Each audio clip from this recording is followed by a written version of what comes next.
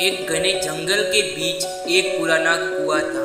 उस कुएं के आसपास 3 मेंढक रहते थे, राजू, मोहन और सूरज। तीनों की सोच अलग अलग थी। राजू हमेशा डरता रहता था कहीं कुछ गलत ना हो जाए।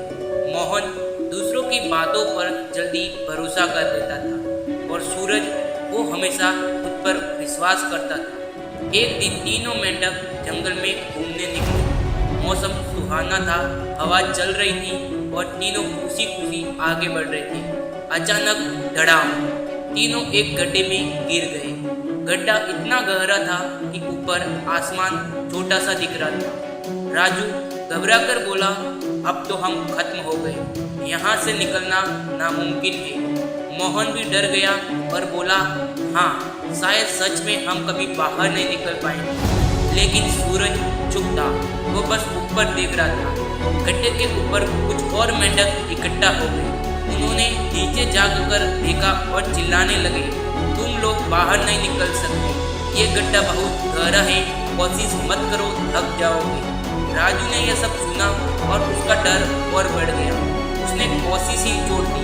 वो एक कोने में बैठ गया और बोला, जब निकलना ही नहीं है तो कोशिश ही क्यों करें।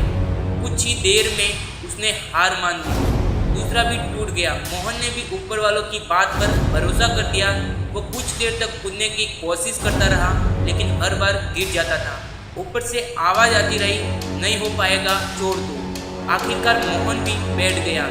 तीसरा मेंढक सूरज अलग था। अब सिर्फ सूरज बचा था। वो लगातार कूद रहा था। एक बार गिरा, दूसरी बार गिरा, तीसरी बार गिरा, लेकिन रुका नहीं। ऊपर से आवाज आ रही थी, मत करो, मर जाओगे, लेकिन बस सूरज कूदता रहा। अचानक एक बड़ी छलांग और सूरज गड्ढे से बाहर आ गया। सब हैरान रह गए। ऊपर वाले मेंढकों ने पूछा, तुमने हमारी बात क्यों नहीं सुनी? सूरज मुस्कुराया और इशारों में बताया, वो सुन नहीं सकता था, वो बहरा था। सूरज ने जो सुना ही नहीं, उसे वो नकारात्मक बातें कभी रोक नहीं पाई। उसने हर आवाज को हौसला समझा और उसी जोश में वह जीत गया। दुनिया आपको हमेशा रोकेगी, लोग कहेंगे तुम नहीं कर सकते, हालात कहेंगे ये मुश्किल है, लेकिन आपको तय करना है आप किसकी सुनोगे। राजू जो शुरुआत से ही डर जाता था, मोहन जो दूसरों की बातों में आकर हार मान लेता था, सूरज जो सिर्फ खुद पर भरोसा करता था।